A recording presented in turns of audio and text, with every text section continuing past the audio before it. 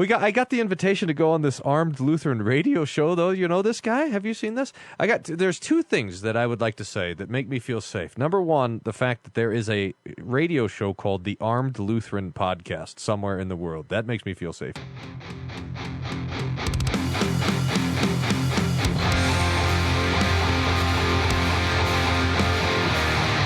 Bringing you law, gospel, and guns.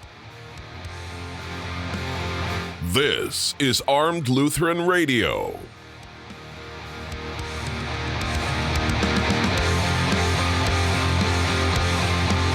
Hey folks, welcome to another episode of Armed Lutheran Radio, a show about guns, hunting, competitive shooting, the natural right of self-defense, and what God's Word says about the issues surrounding gun rights and gun ownership. I'm your host, Lloyd Bailey, the Armed Lutheran, and this is episode number 477. Thank you all so much for making Armed Lutheran Radio a part of your week again this week. Thank you if you are new to the show. Thank you for visiting. Hope you enjoy what you hear, and I hope you will come back as we chug along towards our goal of 500 episodes. Officially 500 episodes. Like I mentioned before, I've released a bunch of midweek episodes in the past, so technically there's more than, I think we're probably pretty darn close to 500 if we haven't surpassed it already, but official count, because I didn't number a bunch of those special episodes, we're heading for 500, and then we'll see what happens after that. But thank you all for listening. Thank you for being here. Thank you to our Reformation Gun Club members, all the fine folks who make the show possible. Really do appreciate your support. Visit reformationgunclub.com if you would like to support the show. And help pay the bills and keep things going, and get invitations to our online hangouts like the one we just recently had. As you probably know, unless you've been under a rock, things have been kind of crazy around the country. Well, mainly just in Minnesota. But things have been happening so fast that I was going to kind of let things slide, and I wasn't sure where I was going to fit in the comments about the most recent events.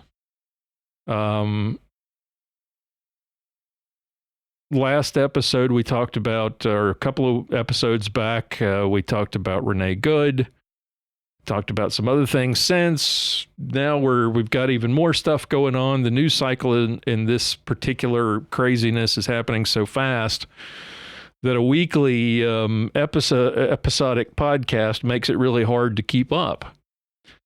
And what I wanted to talk about today was the interesting fact that the media is now 2A, apparently, pro 2A. Because following the shooting of Alex Pretti in Minneapolis, and the Department of Justice has, and various Trump officials, including Trump himself, President Trump, have done, in my estimation, a great deal of damage to the argument that this is the most pro-2A administration ever. And they've done a great deal in demonstrating, I think, just how little they understand the Second Amendment. By so forcefully coming out to defend the shooting of Alex Pretti, by suggesting that he intended to slaughter ICE agents, something that is not in evidence at all in the video,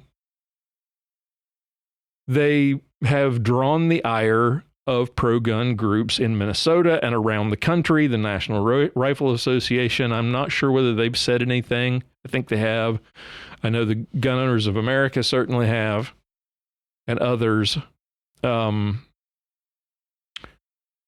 And the media is all too happy to report this as though they, the news outlet, are supporters of the Second Amendment And they are somehow now surprised and shocked that the Trump administration does not. They have now been able to take the words of people like President Trump himself, Kristi Noem, and Kash Patel, and twist this whole situation to make it appear as though they, the media, support the Second Amendment more than this current administration does. At issue here is what I thought was a rather ill-advised response to the shooting of protester Alex Pretti in Minneapolis by Border Patrol agents following an altercation, video of which is we've all seen at this point, many different versions of. And what happened is simply not as clear-cut as what the Department of Justice immediately came out and suggested. The response from the Trump administration was completely at odds with what we were looking at on that video, or those videos, I should say. Top brass in the Department of Justice have suggested, and President Trump has inartfully followed up and made it worse. I suspect I know what they're trying to say, but they're doing it very badly.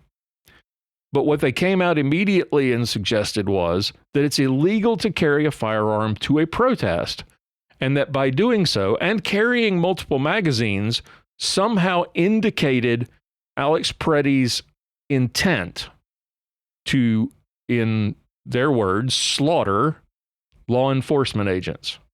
So if the handling of the Epstein files wasn't bad enough, this should warrant the replacement of Pam Bondi, Kash Patel, Kristi Noem, and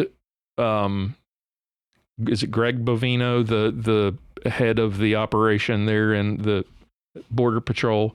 And when I mentioned earlier that things were happening so fast, when I jotted down my notes, tried to organize my thoughts for this episode, Greg Bovino had already been replaced. And Tom Homan was going to go to Minneapolis and try to sort things out. Kash Patel went on Fox News, and what he should have said, and what I think President Trump has been trying to say but doesn't seem to be able to put the words together because he's very monosyllabic, but Kash Patel said, what he should have said is, you can't break the law while legally armed. You can't carry a gun to a protest and then interfere with law enforcement. That's what they should have said, but that's not what they said. Alex Pretti was carrying legally, but he was breaking the law by impeding law enforcement by getting involved in a law enforcement action, and that in and of itself, commission of a crime while carrying legally invalidates your claim that you're carrying legally. That would have been the correct take. Instead, here's what he said. Quote, you cannot bring a firearm loaded with multiple magazines to any sort of protest you want. It's that simple. No, it's not. You don't have the right to break the law and incite violence. That is correct. But he didn't tie those things together correctly. And what he said was, you can't bring a gun with multiple magazines to any sort of protest that you want. That is absolutely wrong, and Kash Patel should be fired for saying it. And gun rights groups like the National Rifle Association, like Gun Owners of America and others, instead of just being critical, should be calling for him to be fired. Because this is a joke. He is the top law enforcement officer in the country, sworn to uphold the Constitution, and he doesn't know it. It's not illegal to carry multiple magazines, and it is not, by itself, not an indication of intent. I've seen so many dumb and ignorant comments about this that it makes my head hurt. There is no law anywhere in the country forbidding you from festooning yourself with mag pouches if you want to. And Many, many, many concealed carriers carry extra magazines every day. Cops do it. Do they do it because they intend to slaughter civilians? No. You carry extra magazines because you might need them. Now, in the case of a concealed carrier like me, not speaking about police is a whole different thing, but I've become dubious of the need to carry a bunch of extra magazines because if things get real, I have no intention of sticking around and getting in a prolonged gunfight. But you do you. The best reason to carry an extra magazine or two or whatever you want to do would be in case you have a problem with the one that's in the gun. Let me give you an example. A funny example from my own personal experience. When I took a handgun course in North Carolina, one of the tests, I think it might have been the North Carolina, I can't remember if it was the FBI, a shooting test or a North Carolina State Trooper shooting test. It was trying to sort of at the beginning of the class to give us a baseline of, what your proficiency was. And you would fire, and this is not just with these particular exams, but there are things that you do in IDPA and USPSA and other things, for example, where you have multiple strings of fire, meaning you shoot, the gun goes empty, you switch magazines and you continue shooting, all of it on the clock. I brought my carry gun to this class instead of, I brought a little gun, and this is back before the advent of guns like the Hellcat and the SIG 365 and others where they have figured out the magazine configurations and you can get 10, 11, 12 rounds in a very small compact handgun. I was carrying a gun with single stack 9mm, 6 rounds, one in the pipe. I think it was 6. And I had extended magazines, which were 8+1. I wanted to go through the class with my carry gun. Now, other people, not so much. They were carrying, I think one guy had a SIG P226 with, single action, double action, full-sized handgun with, I think, 17 round mags. And there was another person with a Glock 17 and another person. So there were people who were shooting with, I wanted this to be kind of realistic to concealed carry. Not to make a statement to the other people, they were perfectly fine doing what they did. I just wanted to be working with and trying to be proficient with my carry gun at the time. It's not my carry gun anymore, and you'll see why in a minute. But during one of the strings of fire, I went to perform a reload, and I dropped the magazine. I think I failed to seat it properly. I didn't get it all the way into the gun. It didn't latch, it didn't catch and stay. So when I went and presented back to the target, the first round fired and then the magazine fell out of the gun. And upon striking the floor of the shooting range, the base plate broke, and it caused the spring and the follower and all the remaining rounds in the magazine to go spewing out across the floor. So, and unfortunately, at the point this happened, I did not have another spare. I had already shot through. I had, I think at that point, in time, I may have had like 3 or 4 magazines tops, and I was down to my last magazine, my last loaded magazine for this string of fire. And when that hit the floor, I didn't have any more ammo except what was in my pocket, because all my ammo went flying all over the floor. So if something like that happens to you, hopefully not as dramatic as You know, if you have a problem with your magazines, hopefully, as I said, not as dramatic as what I had, having a spare is important. It doesn't mean that you have any evil intent. And doing so doesn't incite anyone else to violence.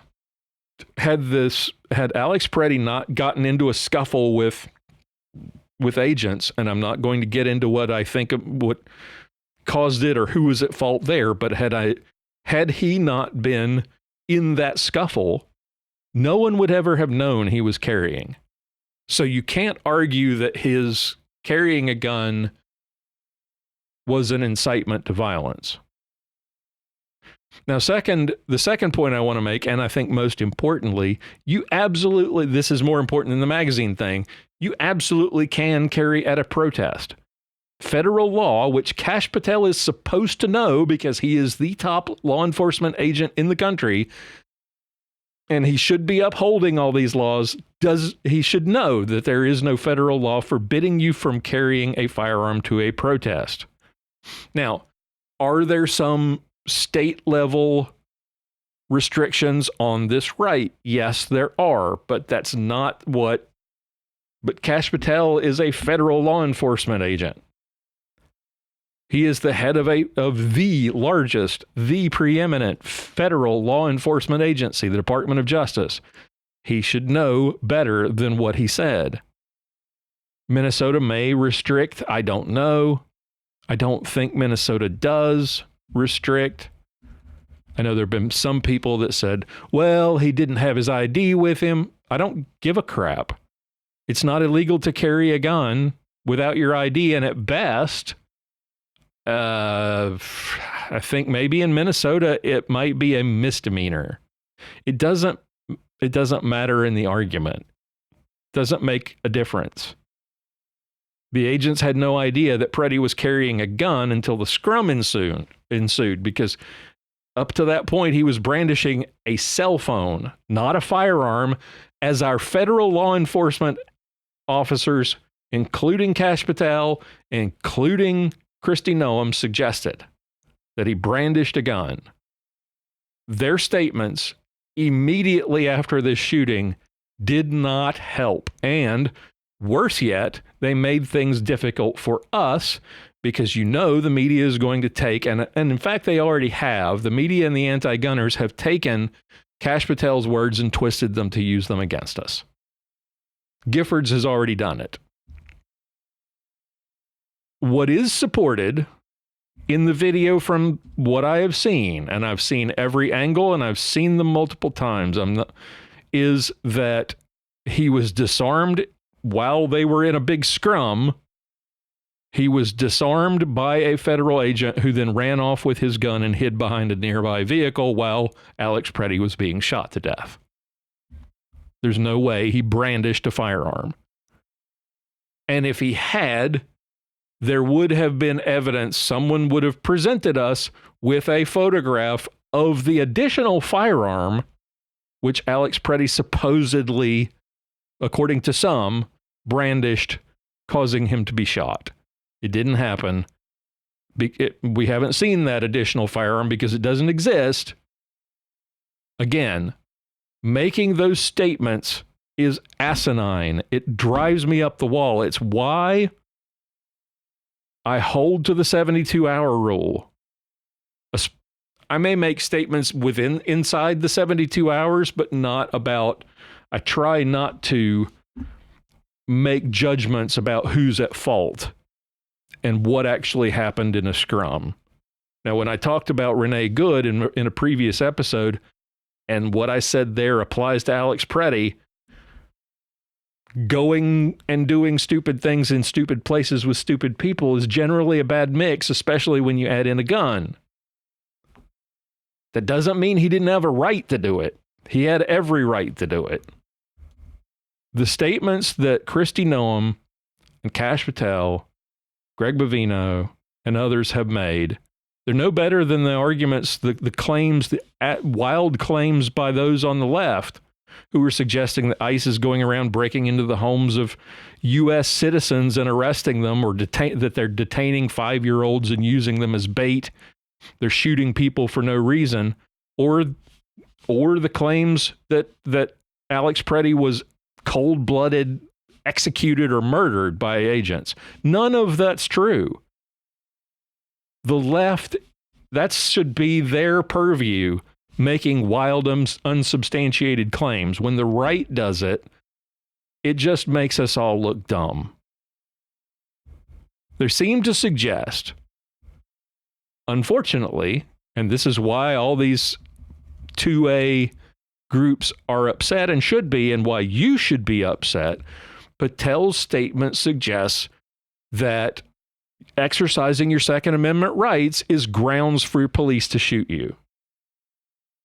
Patel's statement suggests that Alex Pretti was inciting violence, something that's not in evidence in any of the videos. It also suggests that police have a right to shoot you if you come to a protest with a legally concealed firearm and spare magazines. As I said, this is colossally stupid, and they should be fired for it. All the government officials at the top needed to stop talking. Be more judicious with your words. Because when you make those insane claims without any evidence to substantiate them, it's going to undermine your efforts to deal with the illegal immigration issue, which is what you need to be focused on. And if we're going to move forward, I'm sorry, I'm not such a team player that I don't think you change quarterbacks when the time's important, when during critical situations. Sending Tom Homan is a great idea. Getting rid of Greg Bovino, totally great idea. Firing Kash Patel, yep, probably got to do that. Kristi Noem, yep, get rid of her. Pam Bondi, I've not been a fan of since day one. Not just for the Epstein stuff, but I mean, that's pretty bad, but for the way she's handled, pro-gun issues at the Department of Justice. They all need to go. And they all look stupid when they say this stuff. And Trump has tried to clarify rather inartfully, and it sounds like he's saying the same thing. And I know what he's trying to, I think I know what he's trying to say. That you can't, that it's a bad, here's the way they should be saying it. It is a bad idea to go to into a volatile situation like this, specifically a situation that is charged with emotion already and filled with lots of crazy protesters and aggressive law enforcement officers who have been hassled and harassed for weeks, and then to step into that arena with a gun is not smart. The problem that we have, I think, is that we've come to a point of two extremes with no middle anymore. The middle doesn't exist. And it's true of lots of different issues in the country today, but this is the latest. On the one hand, Renee Good was just a mother, a poet. Alex Pretti was a nurse who loved his mom and his puppies. ICE are a bunch of Nazis. They're the Gestapo. They're terrorists. They're murderers, fascists, all of that. And the other side will say that Renee Good and Alex Pretti were domestic terrorists who went to these places specifically to murder ICE agents. The truth of the matter is somewhere in between those 2 points. I do not believe for a minute, as I said previously, that Renee Good went to that protest intending to harm anyone the day that she was shot. I don't believe, as crazy as I think Alex Pretti is, or was, I don't believe that specific day he intended to murder ICE agents. I don't believe that he did. Nothing I've seen from the videos is evidence of that. At the same time, I don't believe that ICE and Border Patrol agents went out on those 2 days hoping to shoot a protester. I believe both Renee Good and Alex Pretti made really bad life choices that ultimately led to their demise. And I'm not victim shaming here. I'm pointing out a fact. In both cases, especially in Renee Good's case, had they stayed home, slept in, gone to work, or stayed on the sidewalk blowing their infantile whistles like a bunch of retarded elementary schoolers, they would be alive today. Both of them. But they didn't. They chose to go out and protest. And even worse, which is fine. I'm not saying don't protest. If this is an issue, I mean, let's face it, we just had the March for Life recently. Go out and protest. Absolutely. Your First Amendment right. If you have an issue that moves you to go out and make your voice heard, do it. But don't go beyond protest or observe or observer, whatever they call it. Once you go beyond that and become involved or confront police or interfere with law enforcement, that's where you've crossed a line where you have a chance to get hurt.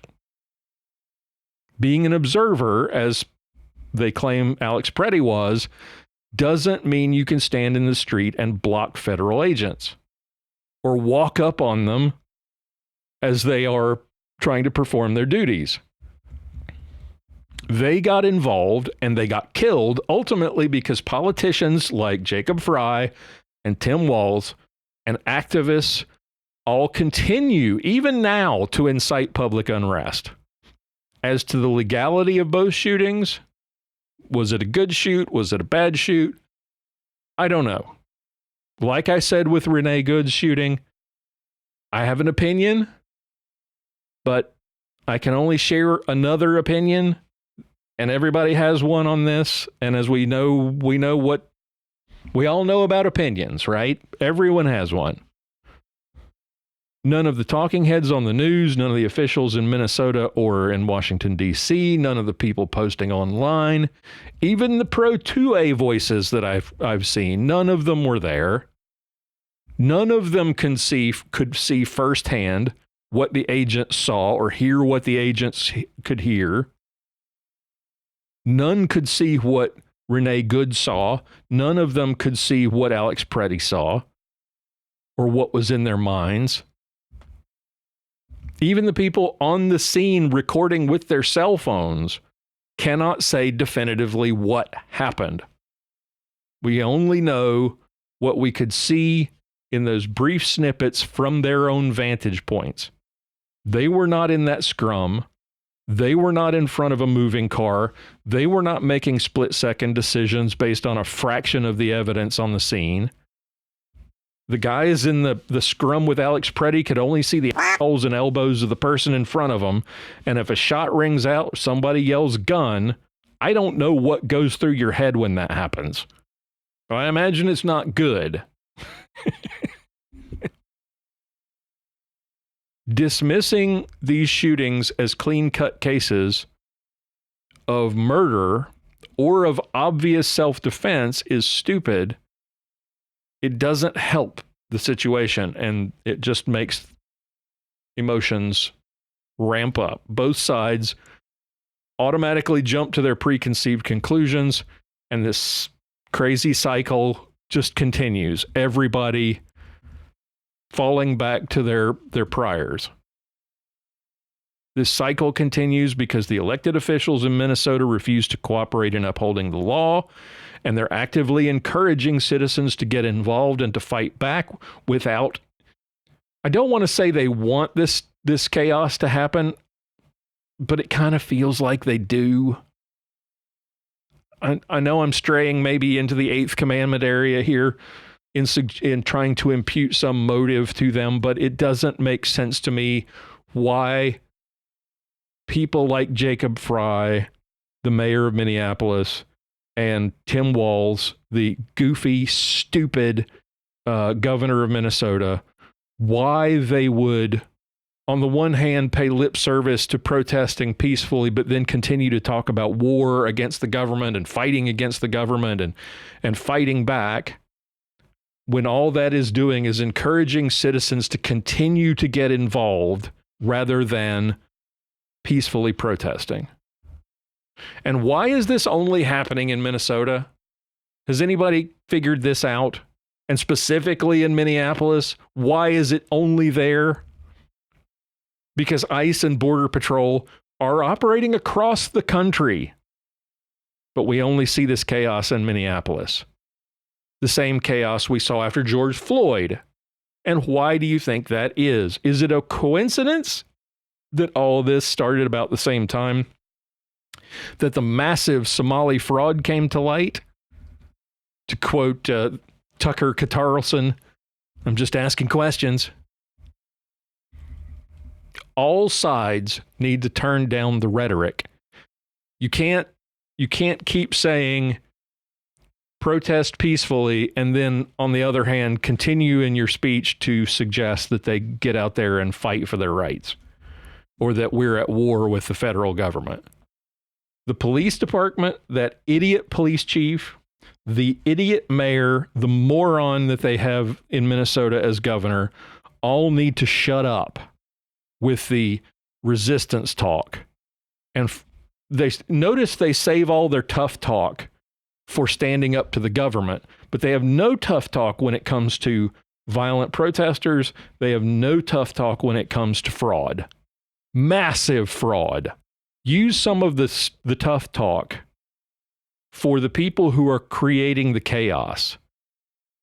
Because if their little foot soldiers would leave law enforcement agents alone and stay on the sidewalk, blow their stupid whistles and record what's happening, none of this would have happened. And to say that doesn't mean that I'm excusing the agents. It doesn't mean that I'm blaming the individuals in those specific shootings. What I'm trying to say is the elected officials in Minneapolis and in Minnesota are not trying to turn the temperature down. They're trying to act tough because they think it's politically advantageous to stand up to Trump. They need to be men instead of soy boys, and they need to say, if you interfere with law enforcement, we, the Minneapolis Police Department, are going to arrest you and put you in jail. If you step off the sidewalk and interfere with with ICE agents, we're going to arrest you. And all this would stop. At the same time, the Department of Justice needs to acknowledge mistakes are possible. The agents are human. They're not perfect. They're in a difficult situation, mainly because it's a difficult thing to chase down criminals. It's made worse by protesters who are then egged on by agitators. Mistakes in those circumstances are more likely. And more likely the more people that try to interfere with them. And they should say this. Tell the nation, you're going to investigate the shootings thoroughly instead of absolving the shooters automatically. Do a thorough review, publish the results, and if necessary, punish the agents if they broke the law. After all, this is supposedly the most transparent administration ever, right? Epstein files. Excuse me. Don't come out and immediately declare that the officers are immune from prosecution or that the victims were bloodthirsty terrorists. Neither of those things is true. Bad decisions were made on both sides. Focus on that. But the idea that Alex Pretti and Renee Good wanted to kill federal agents, or that the federal agents wanted to kill Alex Pretti and Renee Good, neither of those things is in evidence. And the way this is being handled is simply slandering their names to fit a narrative, and it's not helping. All right, That's what's on my mind. Let me know what you think. Visit our contact page at the new website, armedlutheran.com, or leave a message on YouTube or on Facebook. We would love to hear from you. Come join the fans of Armed Lutheran Radio on Facebook and let us know what you think. Subscribe to the YouTube channel. Let us know what you think. We'd love to hear from you. I don't know what I suspect this is probably part of this cycle is just going to continue, and I'll be talking about this next episode. So whatever we're doing next episode, until then, keep shooting, keep praying. We'll talk to you next time. For show notes, be sure to visit our website at www.armedlutheran.us. Check out the Facebook page, The Armed Lutheran, or join our Facebook group, Fans of Armed Lutheran Radio. If you like what you hear, please leave us a comment on our feedback page at armedlutheran.us/feedback, or a review on iTunes, and let us know what you think. Thank you for listening to Armed Lutheran Radio.